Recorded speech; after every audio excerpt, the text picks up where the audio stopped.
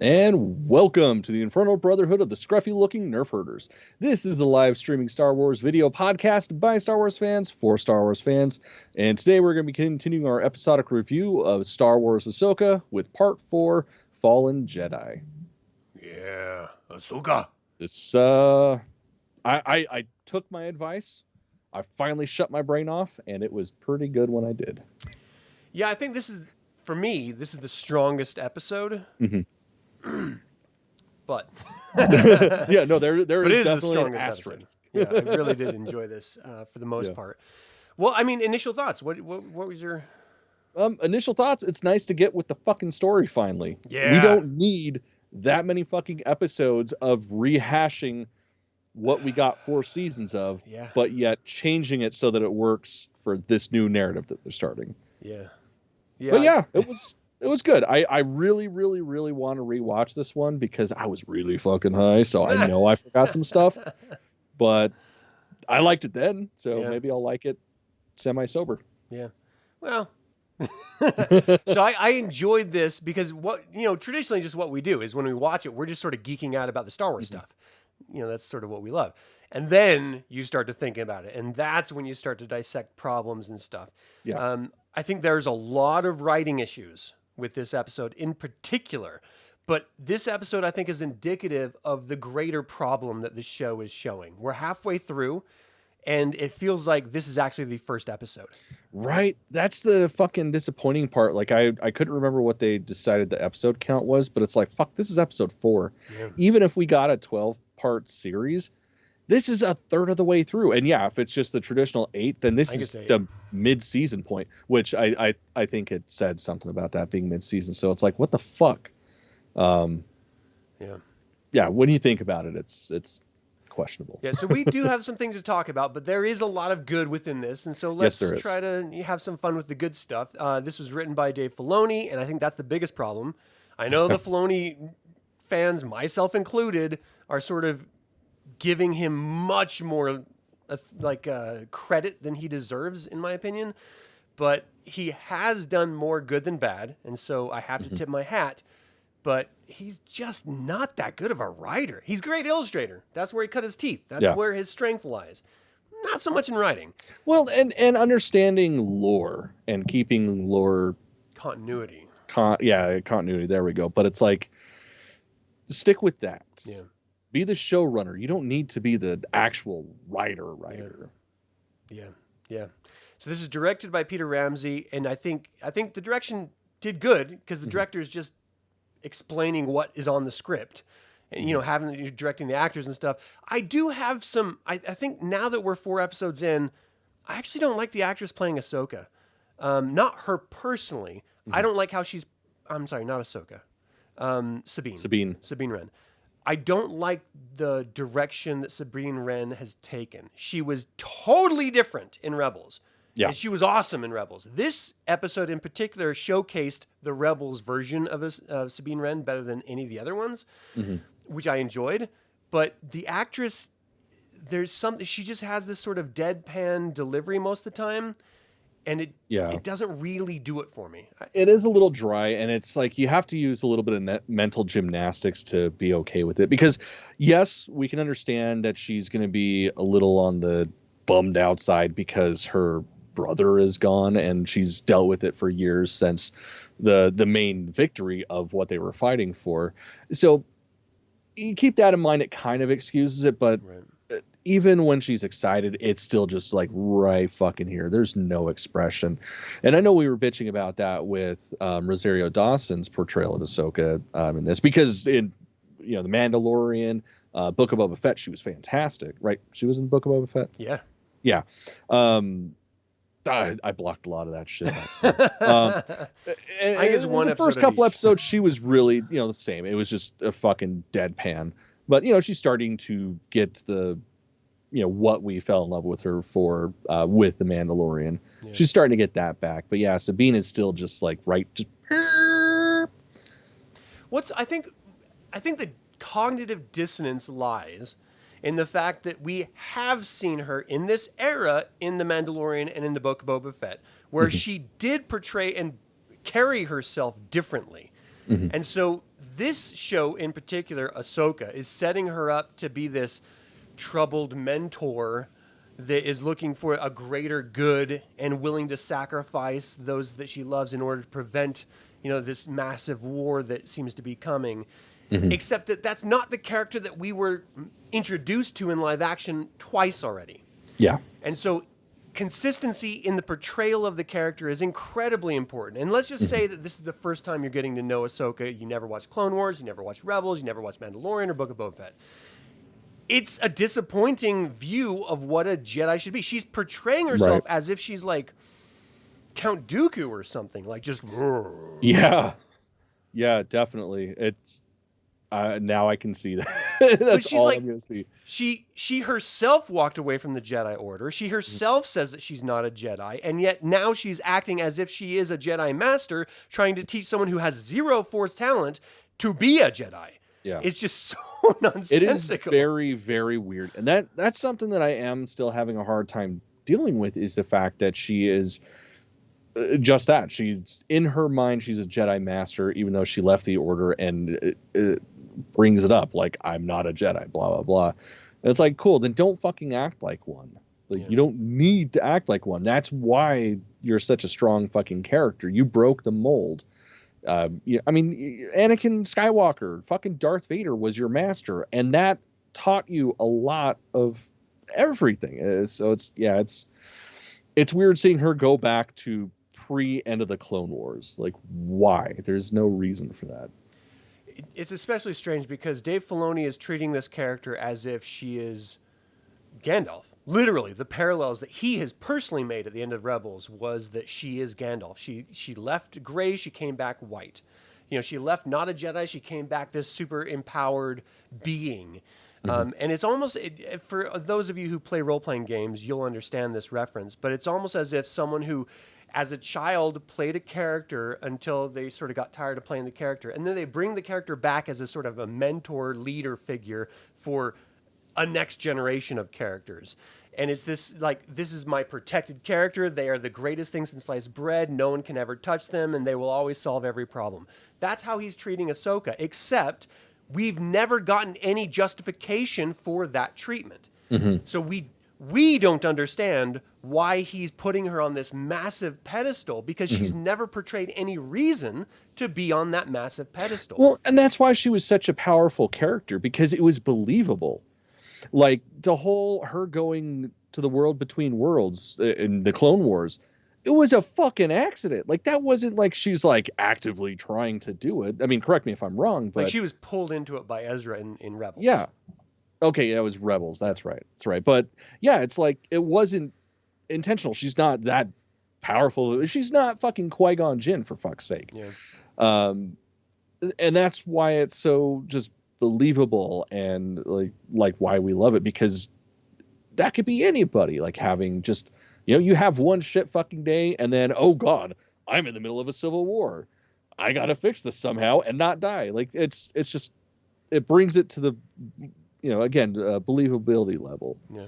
Just like Luke Skywalker, it's like, that's why he was such a powerful fucking person, because he's a normal fucking person. So I'm glad you brought that up, because that is where I'm going with this, is that this is an era where she has interacted with Luke Skywalker, the most powerful Jedi of this entire era, full stop. He is, according to George Lucas, he's more powerful than Darth Vader ever could have been. He is like the most powerful Jedi, and an actual Jedi Master, self-fucking-taught. He is the Jedi Grandmaster, for fuck's sake.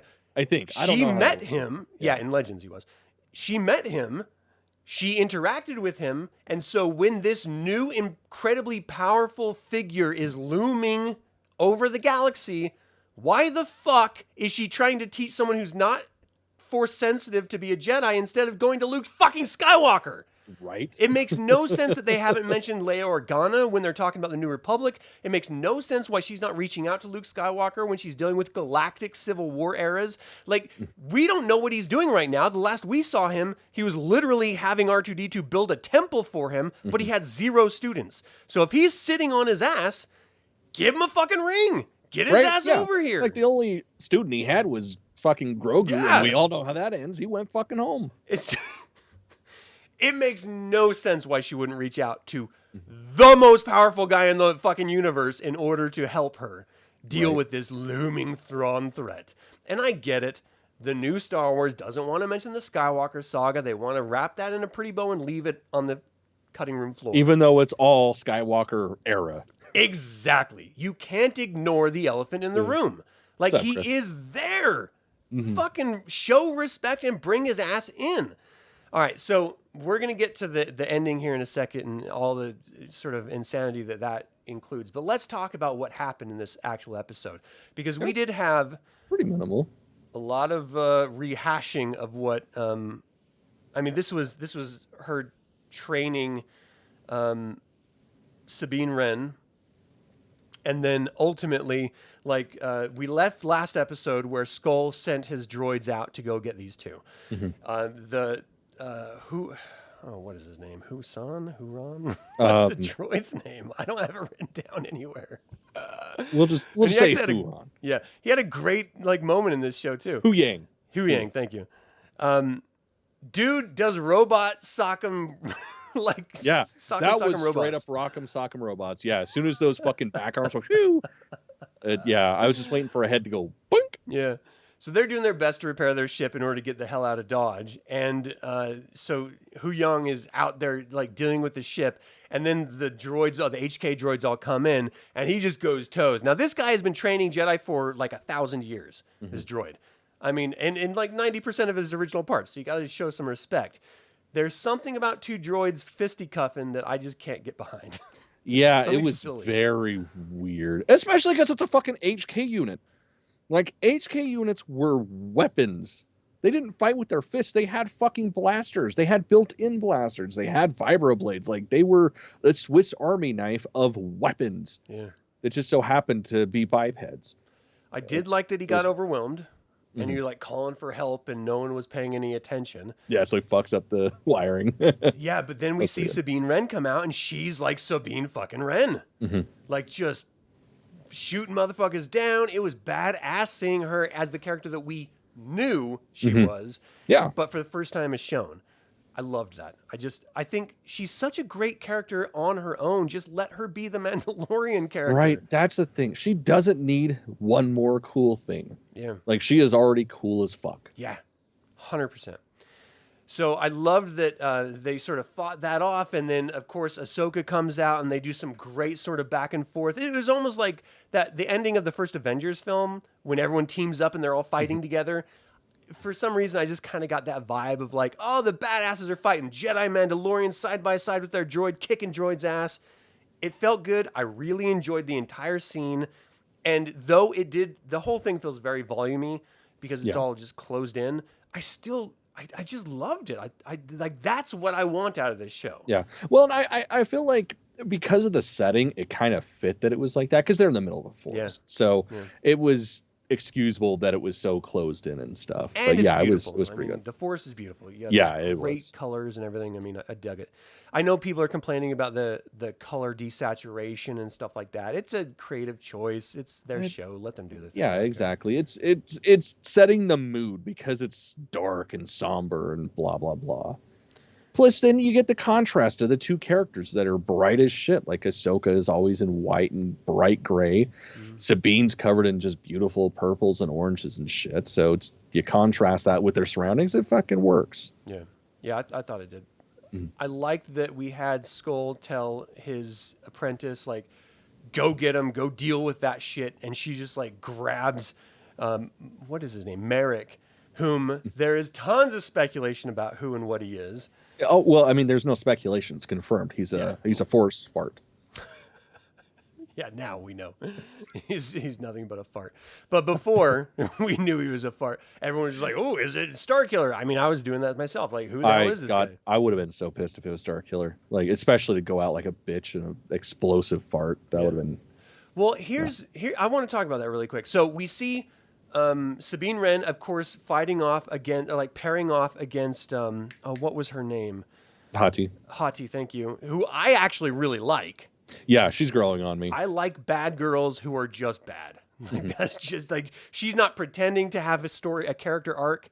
She's not pretending to have growth. She's just like, I'm a bad person and I'm going to do bad things. Get fucking used to it. Yeah, It reminds me of when like she a hops firefly. up. Yeah. She hops up after getting smashed and it's just like, fuck you, I'm gonna choke you out. It's like, yeah. Oh, she's so awesome. I'm so tired of bad people being reformed to goodness. Why can't you just like let them wallow in their evil nature? You know, like Palpatine. Yeah, and that's the thing. Like, even with Palpatine, it's a believable character because at the end of the day, he believes he is doing what is right. Yeah. And that is what makes a proper bad guy, not just a heel. Yeah. Yeah. And let's look at Hitler. Exactly. He's a fucking sensitive vegetarian artist. He thought he was doing right. He wasn't. I will say that he didn't. Yeah, we'll edit that part out, but yeah. But yeah, like that's the thing. It has to be believable that they have a reason to be bad, not just because they're cunts. But you know what? Every now and then it's good to have a cunt. Yeah, for sure. Well, I'm a fan. But yeah. I mean, like and so usually I do hate that. I hate the somber villain that's like begrudgingly a villain. But with Skull, man, that shit's working. Dude, he is I'm so pissed. I loved him in Rome, like the series Rome. I'm so angry that he died. How dare you, you selfish bastard? Because I love this character. He's reluctant. He doesn't want to exterminate the Jedi, even though he's a fallen Jedi himself. The title of this episode's perfect, by the way. I mean, everyone in it is a fucking fallen Jedi. Yeah. But I just love that he is true to his character. He's not trying to be the new big bad evil guy of the galaxy. He's not trying to take over military operations. He's just doing his thing, looking for some sort of power in some distant galaxy far, far away. And like, he doesn't want to fight Ahsoka. When she does finally step up to him and she ignites her saber, he's like, so predictable. He doesn't want to do it. He doesn't want to kill her. Just like your master. And it's like, you guy, you're fucking awesome. Oh, fuck, he's great. He looks badass. His personality is badass. His whole motivation is badass. Everything about the bad guys in this show, in particular, is the best bad guys of Star Wars. Yeah, even what's her bucket, the Night Sister. Like at first, I wasn't too fond of her because like, she doesn't look like a Night Sister. And then of course, dumb mixed race person I am. It's like, well, not all Night Sisters are going to look the same. Just like not all Indians look the same. Stupid. So now I'm just like, I'm all on board. I'm white. We all look the same. I can't make that statement. Just varying degrees of sunburns. Yeah, that's literally it. It's just either like, oh, I can't, or like, what the hell happened to you? Yeah, I mean, first of all, I want to talk about the Night Sister and Merrick because I think the way that Merrick went out, that's very much like those zombies that the Night Sisters raised in Clone Wars. Fuck. What if he's just an Inquisitor zombie? Oh my god, that makes sense. It would be perfect. Because he didn't belong with them. He was with her. Yeah, that makes perfect goddamn sense. All right, you know what? If that's the case, I take back he's still a force fart. Like, let's not split hairs. But I take back not liking the character. Yeah. I like the idea that he is just like a construct that she manifested for protection. And I think that makes him so much more interesting. Yeah, that's fucking cool as shit if that's the case. I hope that's the case. Yeah, so I loved him and Ahsoka pairing off because Ahsoka's gonna whip his ass. I mean, come on. She's a badass. And that was a fucking Kurosawa fight, if ever there was one. Beautifully rendered. I was a little bit medicated at the time. So I was worried that it was a lot cooler, or it wasn't as cool as I thought it was, but upon further consideration for the last week, it's like, that was fucking dope. I think it was like Obi-Wan taking out fucking Darth Maul. Like it's beautiful. Yeah. So see, if people didn't watch Rebels, they didn't see that and they don't get the connection. If you don't watch samurai films, you don't get the connection. But that's the whole thing about all of this, is that what Dave Filoni's doing, what they failed to do in the sequel trilogy. The sequel trilogy was very much, I'm trying to make a Star Wars film. What Dave Filoni is doing is what George Lucas did. I'm going to pay homage to our inspirational sources. The Kurosawa films, the Westerns. And so I think he's doing that beautifully on screen with character choices, I think his dialogue and writing sucks. But other than that, I really love what he's doing visually. And when it comes to her just squaring up like a samurai and getting slow, my God, dude, people are bitching because they're like, hard every it's time. not prequel era lightsaber fights. Yeah, it's but it's not supposed prequel to be. era. Like, it's never supposed to be that. It is what it is right now, and that is on the outskirts of the galaxy, fighting like a goddamn lone Ronin, like a samurai without a master. Yeah. You know? Yeah, I mean, that's the thing. Like, of course she's not going to fight the same. She's fucking older than she was in the fucking Clone Wars. Like, she's not a Padawan anymore. She's had life experience. She's had real life war experience. Like, of course she's not going to fucking fight the same. That was great. I loved it. And I really like seeing Sabine Wren face off against Hati. Again, she's on the losing end, which is fitting. And I loved it when she like put her hand out and Hati was like, oh shit. Oh, yeah. Never mind. You don't got shit, bitch. Yeah, that was good. I love the dancing between those two, man. Yeah. It's so goddamn good.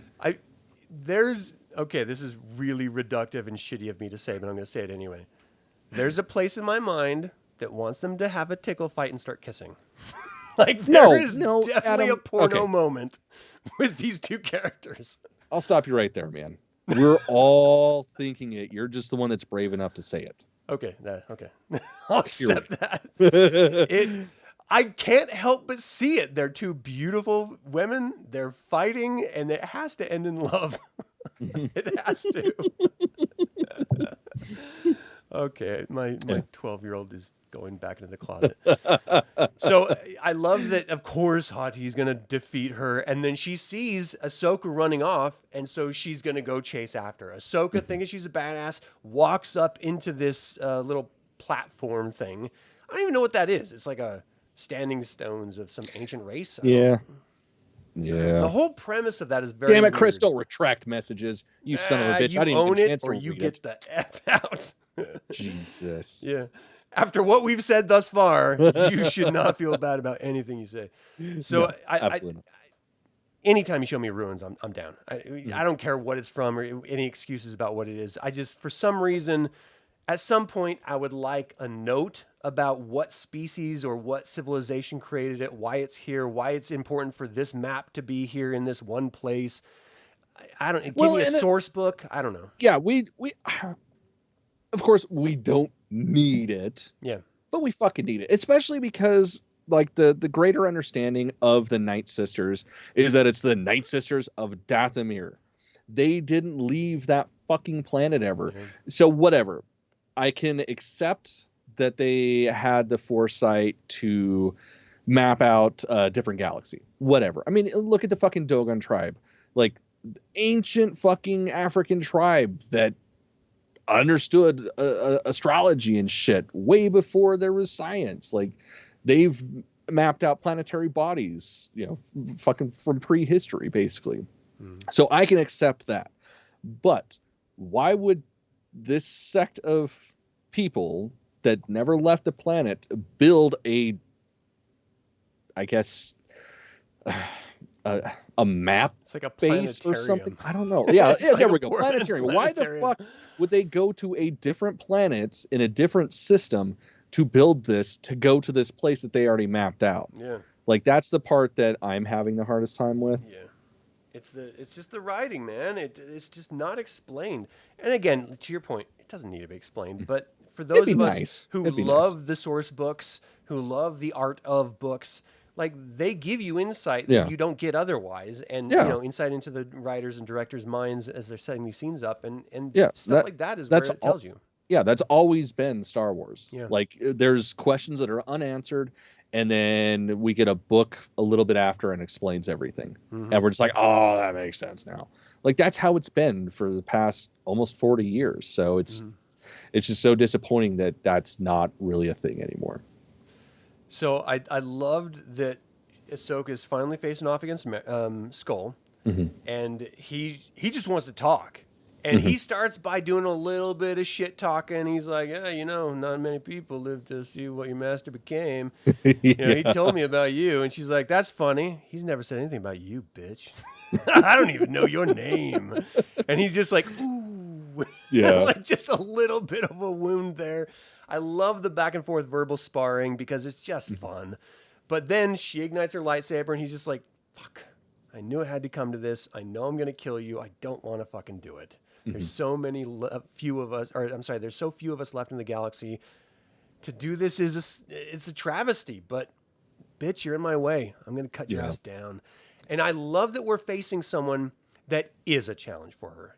It's not just her wiping the fucking ground with everyone being a super badass, that she is challenged, that there are forces that, we have not been introduced to previously that can really pose a threat. And I think there's something to be said here because he was a Jedi trained at the Jedi Temple who left. He is a fully trained Jedi. She left before she was fully trained. Yep. And the power disparity between them, him being able to really, because you saw her, I thought Rosario Dawson did a great job acting of really straining against his brutal attacks and lightsaber swings. I mean, man, that shit was believable. Like, I believed it. Yeah. And he was still whipping that ass, and I loved it. But she was doing her best to get to that damn, here's what I thought was going to happen, and I called it out when it happened. I thought it was going to be a Raiders of the Lost Ark moment where she grabs the map, it burns her hand, and I turned to my wife, I'm like, she's going to have an imprint of the map on her hand. It never called it back or referenced it again, but I suspect in the next episode, she's going to have a map on her hand, especially after Skull destroyed it. So that's how she's going to find her way to him. Yeah. Can we talk about how he destroyed it for a second? Yeah. That was so unnecessary. Like a lightsaber against anything other than Beskar armor, well, just Beskar in general, it's going to annihilate it. I mean, of course, now we have to accept that there's like electro weapons that can do it. I mean, we got that with the prequel trilogy, so it's not something new, but this is a piece of just assuming, Durasteel or some ancient alloy that's like Durasteel. That you didn't need to do that. Like that was a fucking Anakin Skywalker flare type of thing. Like, I'm gonna make this as dramatic as possible. No, man, you're a big dude. Just step on the fucking thing. It's funny. I feel like he started his lightsaber at low power just to prolong it, and then he slowly increased power until it exploded. Yeah, you could just cut through it. It's a fucking little ball. What are you doing? Just cut it, put it at the bottom of your walker, and you're fine. Like an old fucking man you are. No, I thought it was, even though that happened, I just loved everything he does seems to have intention. Yeah. Purpose. When he answers criticisms, it's one word. It's just succinct, tight. He knows exactly what he's thinking and where he's going. He doesn't have to pussyfoot or dance around. He's just like, nope, this is it. This is what I'm doing. And all right, Chris, you know what? I bet that's how it's going to play out. They're going to find a Purrgil and she's going to be like, can you take us to this? And they'll be like, oh yeah, I got you, boo. Hop on. I got you, boo. It just ducks its head. She's all, woohoo. It's just going to hop on it like a fucking sandworm. Just throw some hooks in the fucking Purrgil and just fly. I'm for it. I'm here for it. I'd watch that. Yeah. I think that'd be really funny. I would love it. I mean, Lucas already seems to have taken a little bit of leeway with Dune. So why not just go the rest of the way? Right. You just fucking own that shit. How does Baylan know Vader was Anakin? Because it's hard to not. That's the thing. After Order 66 and Vader sort of propelled forward with his extermination and hunting people down, the Inquisitors knew. You can't keep a secret. No one can keep a secret. If you were in the Jedi Order and you knew who was left, who was influenced, everyone knew that Senator Palpatine had Anakin's ear and was convincing him to do shit. Everyone knew that. So I don't think it's a leap if you were in the Order at the time and you survived, that you would think, where did this Vader character go? Right. Or come from? Where did Anakin go? Wasn't he with the new Emperor? Oh yeah, who's this Vader guy with the new Emperor? I feel like 1 + 1 = duh. Well, not only that, but I mean, he's such a strong presence in the Force anyways. Like, the Jedi are gone. The Jedi are gone. Why would he hide himself? Yeah. I mean, of course, we've seen instances of him trying to hide his personality with like rogue Jedi that he was hunting post Order 66, but still, it's one of those things like if he doesn't have to hide who he is, why the fuck would he? And yeah, like you said, power of deduction. This guy's hanging out with this guy. Well, this guy used to be this guy. That must be Anakin. Yeah. And even if none of that is true, and is just like, well, how would they possibly know? We don't know Skull's background. Mm-hmm. We don't know anything about him. All we know is he's a super badass right now. Yeah. I mean, he literally may have just been like a fucking drinking buddy with Anakin that we just never saw on screen. You know, these are films. Yeah. They don't really flesh out a full life. So in the same way that you never see Cameron and I on this channel together in person, are we the same person? Is one of us AI? I don't know. You know, I just like, the fact is you just don't see it all. You know what I mean? Yeah. So who knows? Maybe they just hung out. Maybe they, you know, had victory stories about tale that they achieved. You don't know. I believe it. And in any case, I don't care. Like, at this point, everyone else knows. Balin definitely looks like he fucking snagged some shit back in the day. He's snagging for sure, that shit. Yeah, definitely, man. Dude, I stopped watching Deer Hunter to come do this. I can definitely see a Deer Hunter situation at the beginning where it's just a bunch of guys hanging out, you know, partying, going to a wedding, and then going hunting before they go to Nam. That's definitely Anakin and the other Jedi Knights. I mean, he was towing the line with Obi-Wan and stuff to, you know, get a promotion, but when he's with the boys, fucking that tie gets thrown away. Like, yeah, definitely. Drinking, doing death sticks, and having a good time. Fuck yeah, I believe it. So anyway, that fucking Skull is just whipping Ahsoka's ass. It gets to the point where Ahsoka literally thinks Ren is dead. And she seems wounded. And she starts, in my interpretation, you let me know what you think. I think she was going dark side strength. Yeah. Rage. Yeah, she was definitely starting to pull a Windu a little bit. Like, that's, I mean, just the look on her face. It was pure fucking rage. And she's like, I don't give a fuck. I towed the line anyways. I'm just going to fucking draw. And yeah, I think if she had actually like fully started to embrace the dark side, like pulled from the strength of the, you know, her pain and shit, she probably would have fucking, you know, wiped the floor with those two. But see, I don't know, because they're already there. You know what I mean? Like, they're in that zone. So she is just tapping into it because of the pain of the moment. I don't think there's any universe where she can just like overcome. You know, in every Legends comic and novel, there's like a buildup of dark side power once you open yourself to it. And it takes this amount of time to get to that point. She's just tapping into it now. They've been living in it for a while. So I feel like no matter what world we're in, Skull kicks her ass.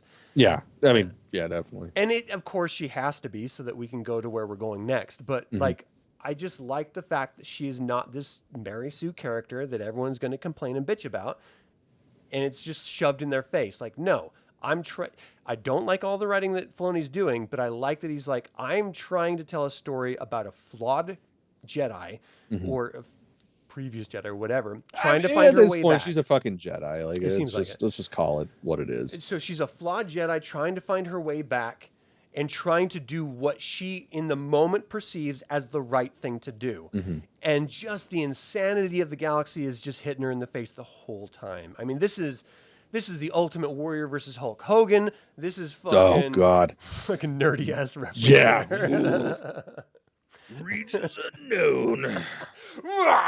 Yeah, fuck. I can just grab my camera and start shaking until I get strong again. I can do it. I'm the Ultimate Warrior. You know, this is just like Rocky versus Drago. I mean, this is two people doing their damnedest, and she just doesn't have what it takes. So ultimately, she sees Sabine Wren run up to her, and she's like, "Oh, she's safe." And that's when he's just like, "Fuck off!" Right off the cliff. She's like, "Oh shit!" Right, they fucking 300 her ass off the cliff. Yeah, that would have been dope if he just kicked her in the chest. God damn, that would have been dope. A little Zack Snyder. It would have had to have like a super close-up, blurry camera work just to pay off the reference. And then we get to see Sabine faced with the question that every single Jedi that we've ever seen on screen has been faced with, and I'm torn about this. What did you think about that scene?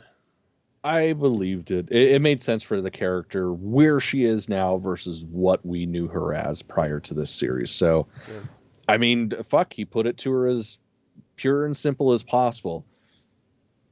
We're trying to find your friend. You take this, what's going to happen?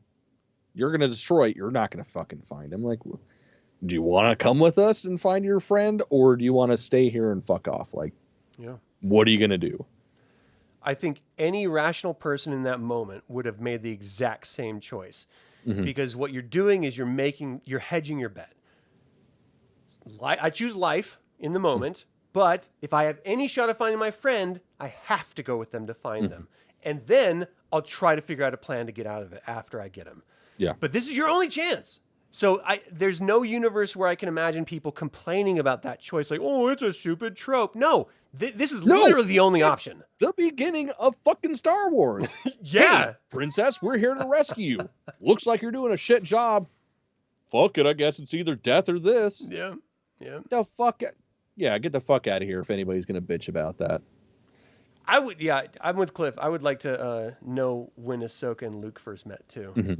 I'd like to see that. I think that'd be cool, because just the power and the force that Luke is wielding, and Ahsoka has to just be drawn to it. Like, what is that? Yeah, that course. Is familiar, but it's different.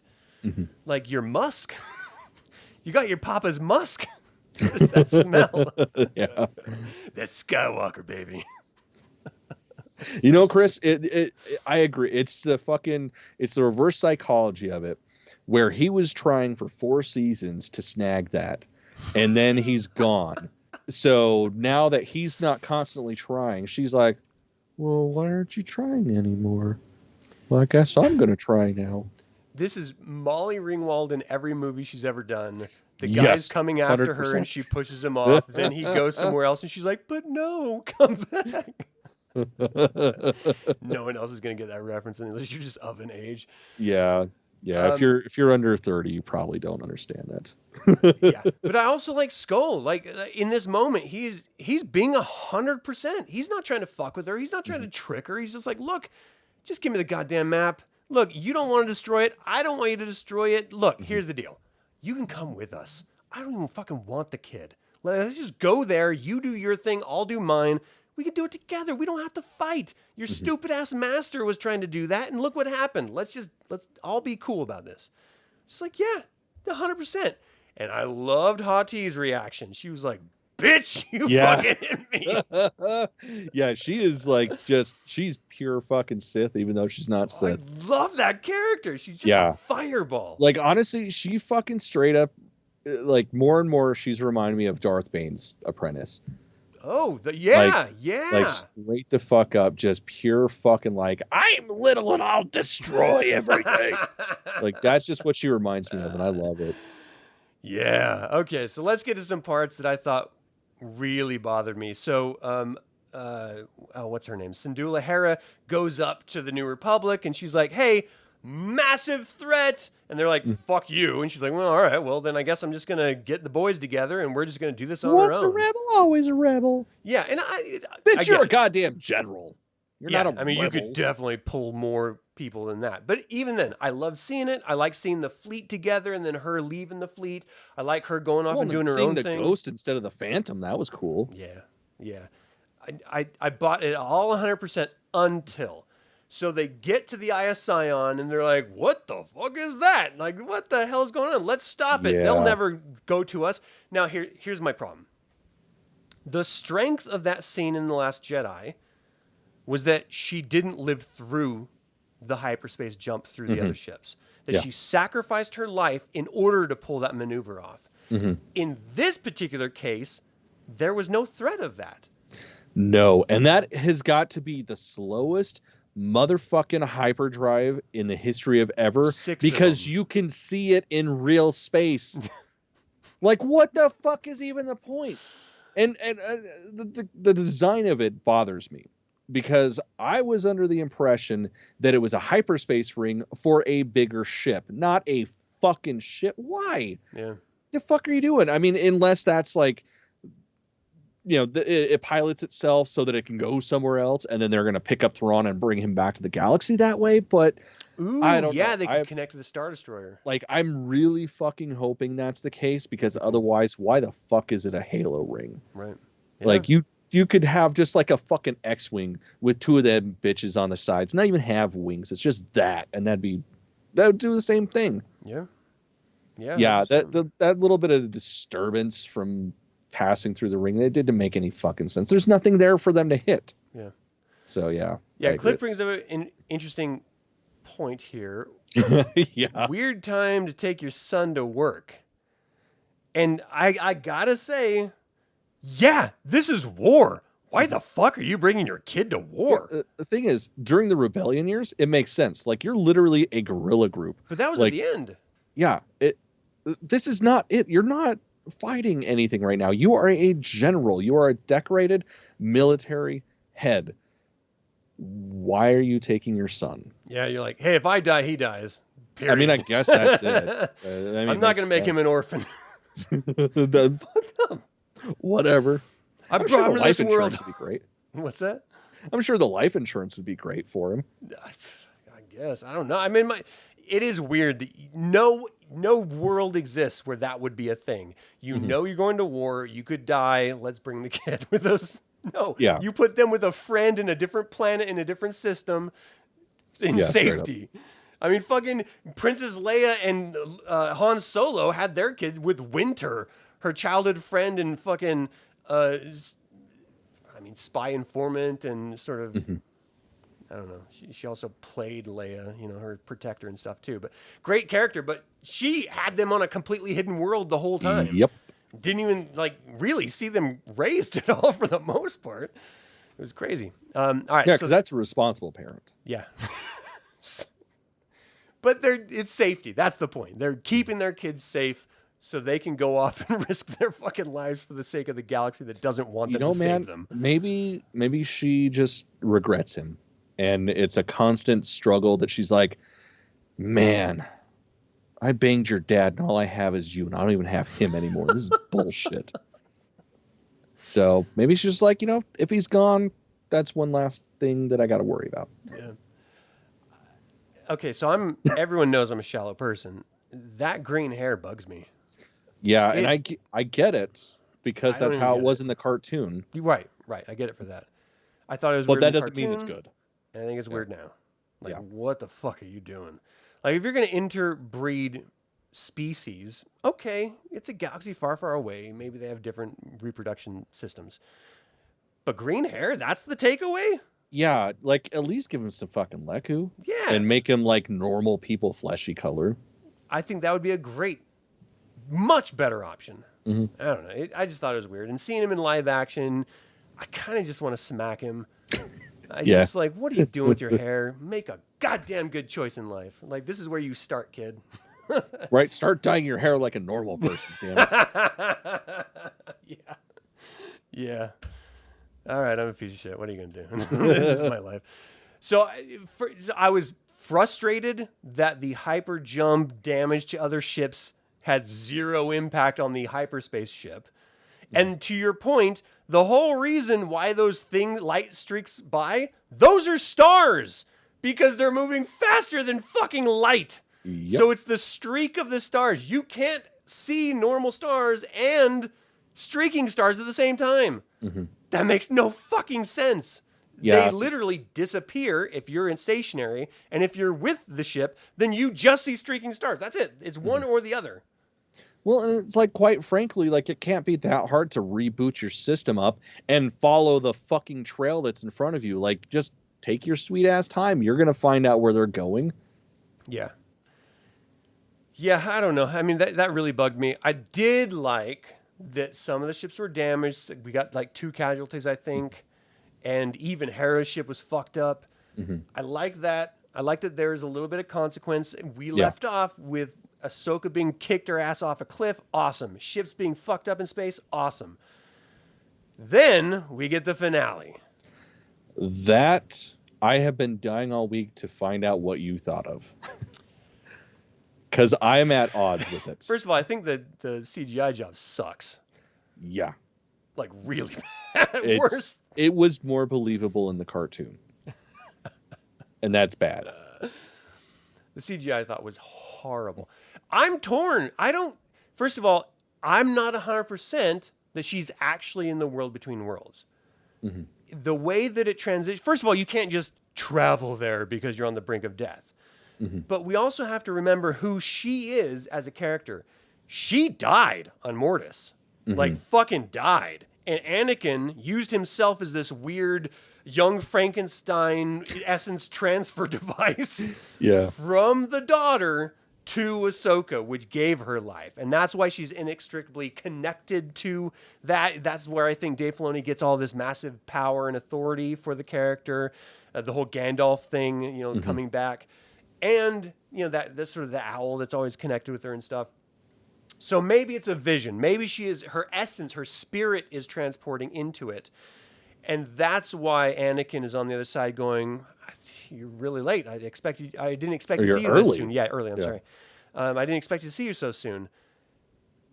I do not think that is Force Ghost Anakin. No. I hope it's not. Because so what do you think it is? I mean, I'm hoping that it's what you said. It's like almost like a projection, but she's not actually there. Because why? Like, is she dead? How is she going to come back this time? Like, she doesn't have something to transfer the essence of the Force into a physical being. I think it is going to be real, because why wouldn't it be? But yeah, it's like, this is the kind of thing that you leave a season off with. Yeah. Like, not mid-season finale. Like, it's why? Yeah. And especially Anakin there. Like, what the fuck is he doing there? Well, Anakin with a missing arm in, like, this is episode 3 Anakin. This is like Revenge of the Sith Anakin. Yeah. Not the Force Ghost Anakin at the end of Jedi. Well, because of Lucas's shit, that is Force Ghost Anakin. Like, he's young. Right, but he wasn't. Oh wait, but no, he had both arms. Yeah. Yeah. Well, first of all, he had his full body, but he was all like Jedi Master robes. That's right. And so, yeah, what the fuck? That alone tells me that there's something off. Here's my speculation, and let me know what you think. I think Ahsoka is going through an existential spiritual crisis. She's trying to be what she thinks a Jedi Master should be. She watched Luke going through it a little bit in Boba Fett. And then she's off now trying to force this young girl to be something that she feels like she needs her to be. Yeah. She's pushing her in a direction that she doesn't need to be pushing. And so she has this inner dissonance, this discord that she's wrestling with. This is what I think it should be like, but it's not actually working out that way. Am I not really what I should be? Am I not doing what I should be doing? Am I doing it all wrong? Like, she's having problems. And so she's going to this weird spiritual mind place as she's drowning. And she's seeing her old master. And I think the next episode is going to be him walking her through different scenarios, choices that he made, so that she can come to terms with where she is and the choices that she's making. I think she's going to try to save him and change him. And the whole answer is going to be, you can't change destiny. You just have to embrace it. Sabine's destiny is not what you're trying to make it to be. My destiny is not what you want it to be. I got here from my son helping me. You need to get where you are so that you can defeat this great new bad guy. I think it's going to be one of those weird spiritual teaching moments, not an actual Anakin Skywalker. I think this is all literally in her head. She's manifesting the last Anakin that she saw, so that's the last teacher that she knows. And he has to then spiritually walk her through it. That's what I think. Man, I really fucking hope so, because that's beautiful. Like, that would be fucking perfect. And then she washes up on shore, and it's just like back to holy shit, oh my god, and puts her ass in gear and becomes the Ahsoka that we all know and love. Yeah, like, I fucking really hope it's that. I believe it's that. Who's to guess? But man, I really hope so. Don't shit the bed on this. Yeah, because that would honestly make the first half of the season better. Yeah, it would. It would explain. Yeah. Because then we understand why she's making those choices. Like, she was in a bad place, and now she's in the Ahsoka place where she needs to be. And, change the dynamic of her and Sabine's relationship. So, yeah, fuck, man, I really hope it's right. I hope that's what it is. I'm afraid that it is going to be the world between worlds. This is somehow Anakin Skywalker got into it. And maybe he saw her leave when she initially left at the end in Rebels. I mean, we've never been told how she got out of it. And there's so many questions. What happened to that moment that you broke in space-time. Like, is that now a reality, or did you just sort of break the space-time loop? Like, what are the rules for the world between worlds? And if you're just a casual viewer and you've never watched anything else and you're seeing this, you're like, wait, what? What the fuck? What? Like, how's that? That's the thing is, it seems like they try to make shit so accessible. I mean, just like the sequel trilogy. It was meant that you didn't have to ever watch anything Star Wars to appreciate it. I mean, admittedly, that's kind of how the prequel sequel was too. Yeah. But there is so much more emphasis on the sequel trilogy being that, like, if you watch the first films, you're going to love this. If you didn't watch the first films, fuck it, you're still going to love this because this is fun. This is throwing a whole lot of shit at you that there's no reference point, and it's like, what the fuck am I seeing? Yeah. It's like, why is it changing now? Grown-ass adults who make fucking YouTube videos about Star Wars are looking at this going, what the fuck? Yeah. So what do you expect? Like, we literally live this shit and we don't get it. People who don't know shit about shit are going to be like, what? Isn't he dead? Like, what? That was like, what era is this in? Like, there's got to be so many questions running through these people's minds. Yeah. And I feel sort of sorry for him, because if in this next episode they don't explain it, I mean, you just got people throwing their hands up. Yeah, you're going to take somebody who is finally starting to warm up to the show to be just like, fuck Star Wars, Disney Star Wars. Makes no sense. Yeah. What was your favorite moment of this episode? Oh my God. Honestly, a lot of it. Like, I really fucking like this episode. It was fun. I mean, of course, it's the battles. Like Ahsoka facing off with people is just always beautiful. Yeah. Like, specifically her taking out Merrick. Again, that's a fucking samurai move right there. Like, that was gorgeous. His death, a little lacking. Unless he was a dark side zombie. Up until your theory. Again, if that's it, I fucking love it. Yeah. If it's not, and he was just a fart, I mean, whatever. It's what I already thought, so it is what it is. Yeah. I just love that idea. It's just like a fart contained in a suit. Dark side fart. I mean, I portray a character that would literally destroy planets, and he's just attached to a mask. So, the stranger things have happened in Star Wars. Sith is fucked. Yeah, my favorite part was definitely the lightsaber battle between Ahsoka and Skull. I mean, talk about great stuff. The dialogue, the emotional intensity, the outcome. Loved it. 100%. Yeah, great. Least favorite moments for you? So I'll be honest, man. Fucking deep fake Anakin. Oof, that was rough. Like, I don't understand how you can have more money than God, but you can't put emotion in eyes. Like, that is still my biggest bitch fit about the new Indiana Jones. Right. Like, he looked good. Right here, there was emotion. There was movement. It was believable. But right here, nothing. And that shit just bugs the fuck out of me. Yeah. Like, call it Uncanny Valley, call it what you will, but man, I did not like that at all. Yeah, it's rough when that is so obvious. It's like the end of Rogue One with Princess Leia.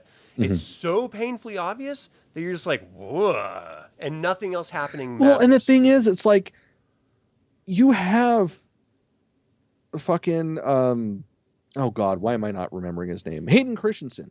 You have him there. Yeah. Touch up his fucking face like any other goddamn movie. Like, you guys would be surprised to know that most CG in most movies is actually used on making people not look like chuds. We don't need to have a fully computer animated Anakin Skywalker when he's already there. Just make him not look he's the age that he is. Mm-hmm. Yeah, so, I mean, women have been using makeup to hide their age forever. Yeah. You can't do that with a dude. Yeah, I don't get it. So that bugged the fuck out of me, because honestly, at this point, with how the story has been, all the story beats, they don't really bother me that much. Like I said, I liked this episode. This is probably the first one that I've been like, yeah, this is decent. Yeah. Yeah. Yeah, my least favorite part was the, it had to be the hyperspace thing.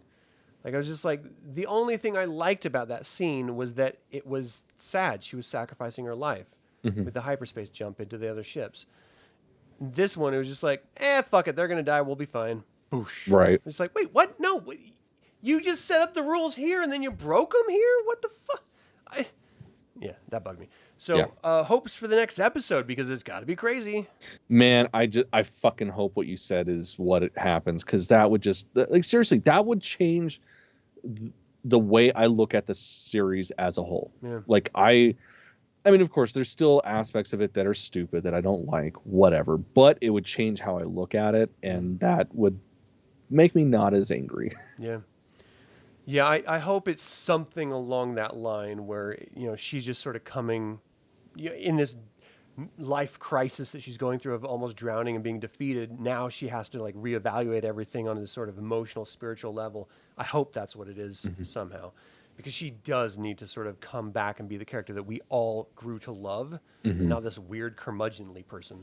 Yeah, we've had, what, 6-7 seasons of her being not this. Yeah, dope as fuck. And well, shit, I guess if we're counting live action, so fuck, that's, yeah, what is that, like, it's 6-7 4 seasons? different shows. Yeah. And fucking years of character development. Yeah, so it's like we have more seasons of her being not this than being this, and it's like, give us that, because that's what made her good. Yeah, there was a bunch of leaks about her going and seeing the fight between Obi-Wan and Anakin in Mustafar, and sort of going to Clone Wars and stuff, and having these pivotal moments of Anakin's life where she's trying to change things or she's witnessing them. I think that's what this next episode's going to be. It's her traveling to different time points and just sort of re-experiencing it. Again, I don't think she's actually in the world between worlds, but I think they're going to present it that way. Okay, so here, I'll play devil's advocate. Like, okay, so it's not something that's easy. It's something that there has to be purpose to do it, blah, blah, blah. But if she was brought back because of the power of the daughter, what's to say her death doesn't make her do that? Like, it'll flip her in and out. So right. It's like, I don't know. I feel like that's kind of a cop-out if that's the case, but... Yeah, I mean, Star Wars is funny because we do have to address the fact of the presentation of what the mother, father, daughter, and brother are. And they're literally the manifestation of the Force in and of itself. The father was balanced, the son was dark side, the daughter was light side, and she was resurrected by the sacrifice of the light side. So I could see that manifestation, that energy projecting her into the world between worlds, because they literally probably created it. Yeah. Like, and of course the mother is like trapped, and she comes back in EU stuff as a super badass crazy person or force. She was like, what was that, the name of her? She was like it was like that crazy... Abeloth? Yes, Abeloth. That's the mother, who was trapped like way early Dawn of the Jedi era by the Rakata, I think it was, and then she like escaped in like the later novels. Yeah. Yeah, she was near the very end. Yeah, she was, God, man, she was so fucking good, especially Fate of the Jedi, man. Oh my God. That's a great series. God, that is such a good series. It's so good, and it's so disappointing that was the end. Yeah. Yeah. Because fuck, it was so cool. All right, we're like an hour. We got to stop. Oh, holy shit. Anything else? Can you guys tell that we liked this fucking episode? We finally liked one. Oh my God. Woohoo. All right, well, thank you all so much for tuning in, both live in chat or after the fact. We invite you to subscribe to this channel and click the bell to get notified about our next video. We do have a store for all of your scruffy looking Nerf Herder needs. Check it out in the link in the description below. So until the Infernal Brotherhood convenes again, my fellow scruffy looking Nerf Herders, may the Force be with you. Deuce out, Sky Guy. I didn't write down a quote.